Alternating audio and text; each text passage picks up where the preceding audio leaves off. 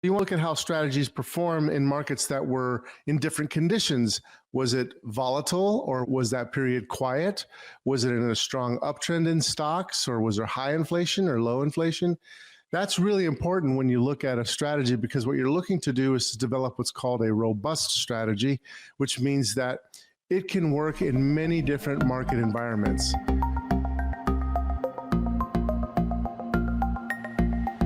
Welcome to the Market Call Show, where we discuss what's happening in the markets and the impact on your investments. Tune in every Thursday on Apple Podcast, Google Play, Spotify, or wherever you listen to podcasts. Welcome to the Market Call Show. This is Louis Llanes. I am the founder of WealthNet Investments. Today we have an interesting topic and I'm really excited about diving in, so let's get going.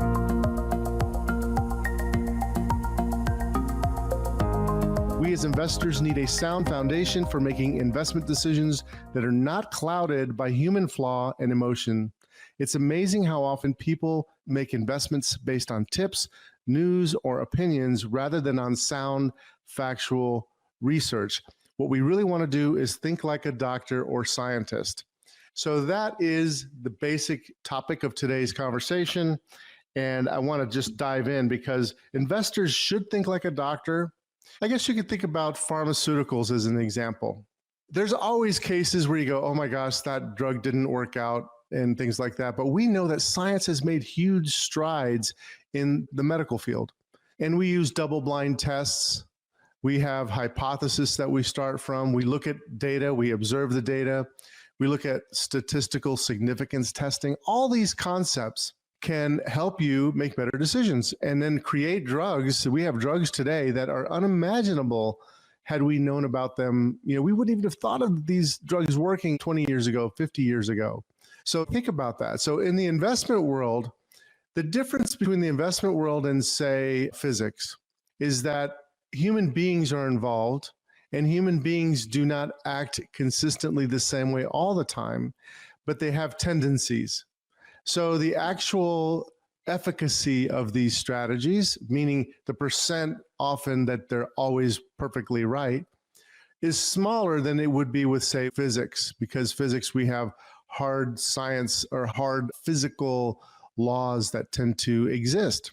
But the important good news is that you don't have to be at that high significant level of accuracy like in science in the world of investing, especially when you use risk management. You just need a slight edge in order to do better than the average. So I'm going to talk a little bit about how we could think like a scientist, first of all. So investment managers first need to think about, are your returns satisfactory after taxes and transaction and impact costs? So basically what this means is that if you have an idea of how you would select an investment, how you would construct a portfolio, a manager should actually simulate that and say, how would that have actually done? And knowing that the simulation is never going to be perfect in terms of what happens in the future, it gives us clues as to what it may be like. And it also gives us an idea about what some of the problems could be with a particular way of viewing an investment strategy. So you want to look at how strategies perform in markets that were in different conditions. Was it volatile, or was that period quiet? Was it in a strong uptrend in stocks, or was there high inflation or low inflation? That's really important when you look at a strategy, because what you're looking to do is to develop what's called a robust strategy, which means that it can work in many different market environments. So you don't want to have some strategy that only works in one particular environment. It's ideal to have a strategy that is more robust. That may mean you have different approaches during different market conditions or different economic conditions, but the overall process and strategy should be robust. That is really something that's really important to think about, because the environment has a lot to do with what's working. For example, most recently, what has been working has been really being much more risk off, taking money off the table on stocks and not buying lows, because we're basically have been in a bear market for a while. So as stocks have been going down, it doesn't matter. All the stocks go down. In fact, even the very best, highest quality stocks still come down. You have to have a conditional strategy. So in other words, your strategy should be flexible enough to alter based on what's happening in the overall conditions in the marketplace. So is your tactics robust enough to work under extreme market conditions? One of the things that you always want to think about, there's this concept of taking things to its extreme. If you take something to its extreme, what would be the effect? And the reason why this is important, I'll just use one example, is nobody would have ever guessed that the oil futures, the futures on the crude oil contracts, would ever be a negative number. Like, who would say, wow, I have a negative price for crude oil? That's like impossible. Well, it actually happened. So you have to kind of look at things at extremes too, so you can understand or develop your strategy in a way so that it can work within extremes, because wars happen, crazy things happen in the world, and you have to have fail safes in order to make sure that your strategy is able to withstand those extremes. One of the things you want to know is, what are the underlying drivers of your strategy? So what are the drivers of the returns? Are they logical, and do they make sense? Because your assumptions are really kind of the basis of everything. And this reminds me of the concept of first principles thinking. First principles thinking, you basically say, okay, what problem am I trying to solve? And based on that problem, what are the things that I know to be true, that I know to the very most extent that I possibly can to be true? And those would be your first principles. And once you've laid out those, and you laid out, what am I assuming? What are my basic assumptions around what this problem is? Then you could actually do logical reasoning around those first principles and triangulate into solutions to your problem that you're trying to solve. So in this case, the problem we're trying to solve is making good returns after taxes and inflation. At least that's kind of what I'm talking about in this show here.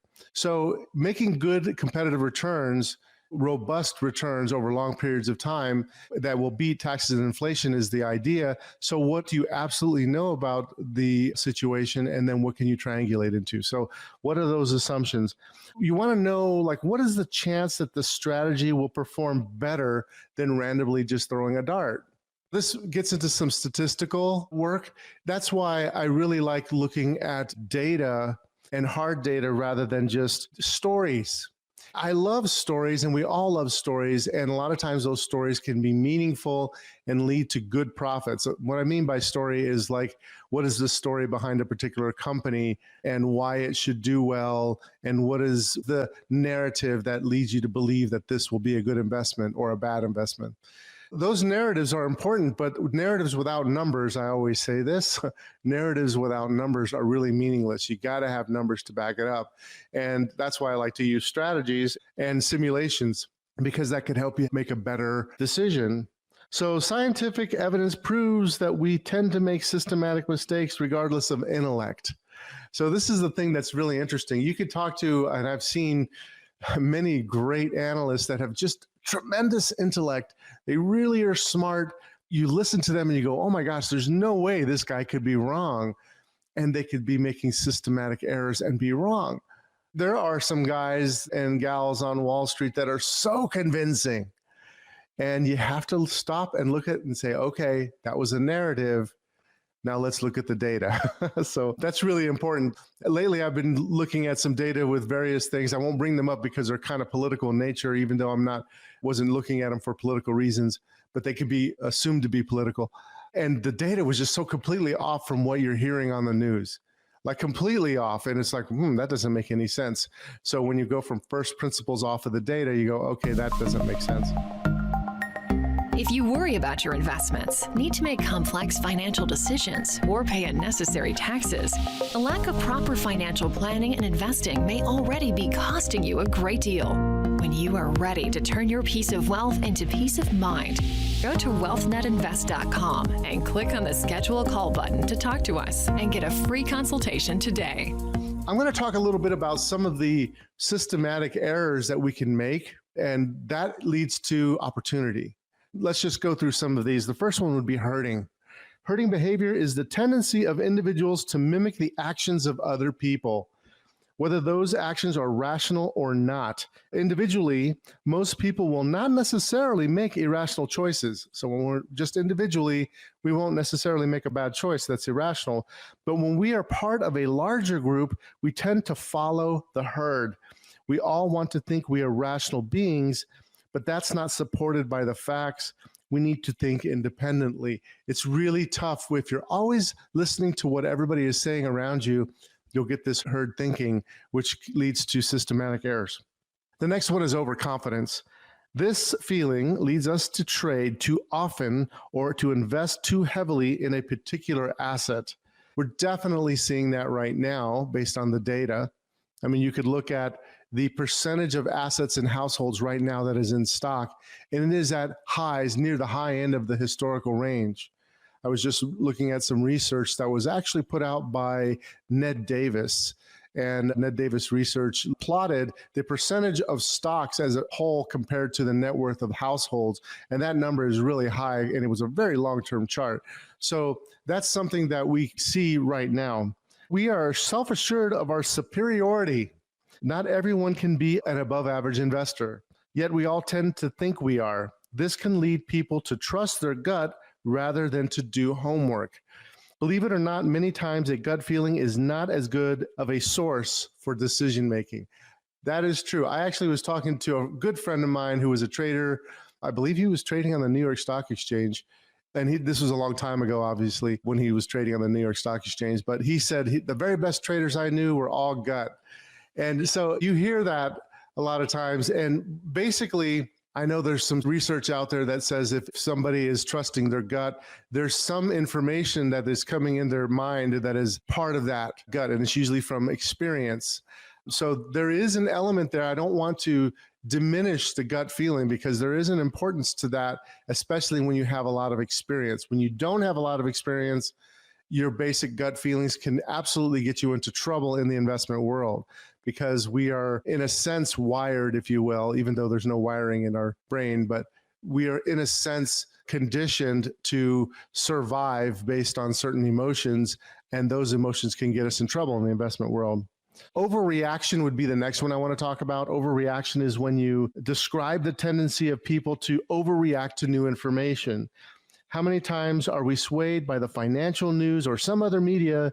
In many cases, this leads investors to buy or sell immediately without knowing the facts or estimating the consequences. Inevitably, prices will overshoot up or down. The important news means nothing to the value of an asset a year or two later. That is so true. Sometimes we can have one piece of news that we put way too much emphasis on, which leads me to the next thing to talk about, which is recency. Recency has to do with we are prone to put more emphasis and more important on recent information rather than older data. This is a problem because something that happens today is not necessarily more important than if it had happened a week ago. And you can see that a lot of times, especially during bear markets. A lot of times you could have these big, you're heading down and you're trending down, but you could have these big up-day moves. And maybe even for some time, you could have these big rallies in a bear market called a bear market rally. And there's a lot of times there's really short-term recent news that kind of drives that, but the overall long-term trend is still down. And then eventually that is recognized and it rolls over. And that can happen on the other side, on the bullish side. The overall positive trend is still in place, but there's something short-term negative. I think it's really important to, when you're doing your analysis, is try to ascertain those things that are relative to the longer term trend so that you can understand the basic bias of the market rather than trying to put too much emphasis on one single data point. So you can also get into situations where you just don't even believe the data that's coming out because you're so biased about things. When the markets are turning, you see that a lot, whether up or down. There's clear data that things are changing, but people are still anchored to the data that was in the past. So it can go both ways. That was one of the things I wanted to cover with you, is just talk about some of the reasons why we have these opportunities that come into existence.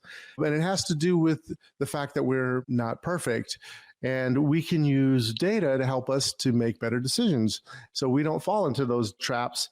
Another thing I wanted to talk a little bit about was overlapping holdings that are in investments. And this is the reason why I'm bringing this up, is this actually goes to the mental flaws part of our world here when we're investing.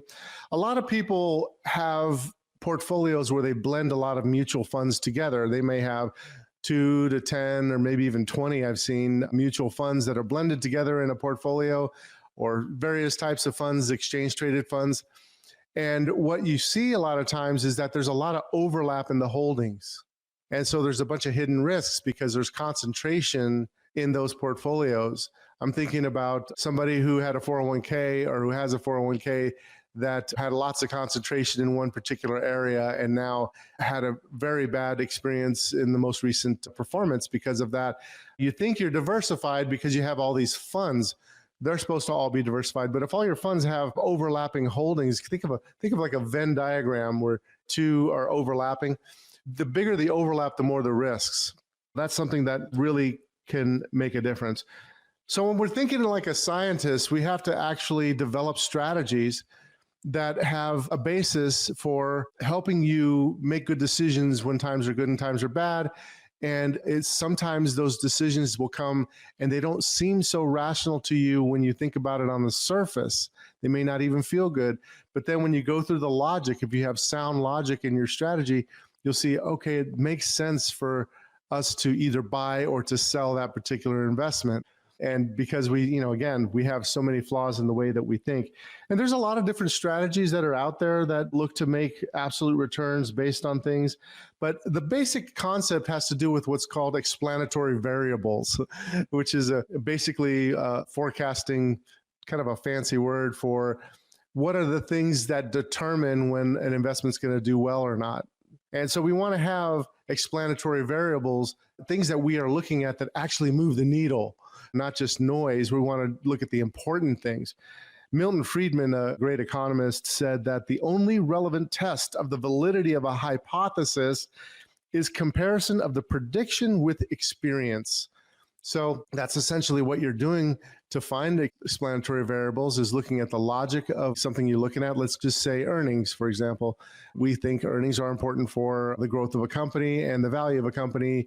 Now, what does the actual data show? When we look at earnings relative to price, how well does it forecast price? I'm not going to go into all the nuances of that. And obviously, nobody really knows all the nuances, but there's a lot of data that would be surprising to many people if you saw the data, that earnings don't necessarily coincide to what people would think just naturally. So there's a concept of mean reversion, for example. Some investments will mean revert. So, which means if it goes down, down, down, down, down, then it's going to go up, up, up, back to the average, the mean. And vice versa, if a stock goes way, way above mean, then it can come down to the mean. And one of the things that, for example, we know is that mean reversion tends to work in the longer term time horizons, like say over a year, over 2 years, over 3 years, or even over 5 years. But mean reversion in price does not tend to work in shorter time frames. And in fact, the concept of momentum in price tends to work more in the intermediate term. So in other words, what I mean is that if a stock is moving, say, up really fast, more than average than most companies over the 3, 6, 12-month period of time, it tends to actually do better in the next 3, 12, in the next intermediate term. So you can actually have shorter term momentum that actually follows through where you can make money. But if you were to pick the best performing stocks over longer periods, you tend to have the opposite effect. It tends to be mean reverting. We know that turnover can be both good and bad. How fast you trade a portfolio could be good or it could be bad. Some of the data shows that higher turnover is bad. Other data shows that it can be good as long as there is a method that makes sense on why it's being done. So there's just so many different things. It applies to asset allocation, but the overall concept is that I'm hoping to actually leave with you today is that it's throw away that dartboard. There are ways that we could do better than just owning all of the market. Over time, we have a great opportunity to manage risk and seek opportunities using a systematic method, thinking more like a scientist, and talking less about a story. So I'm Louis Llanes, and this is the Market Call Show. Thank you so much for listening in. And if you like this, feel free to subscribe, tell your friends, share it with friends. And be sure, if you haven't picked up a copy of my book, The Financial Freedom Blueprint, it's available today. Actually, you can get a signed copy by going to the show notes and clicking on the link there or getting the link there for a signed copy. So all the best to you and yours, and we'll talk soon.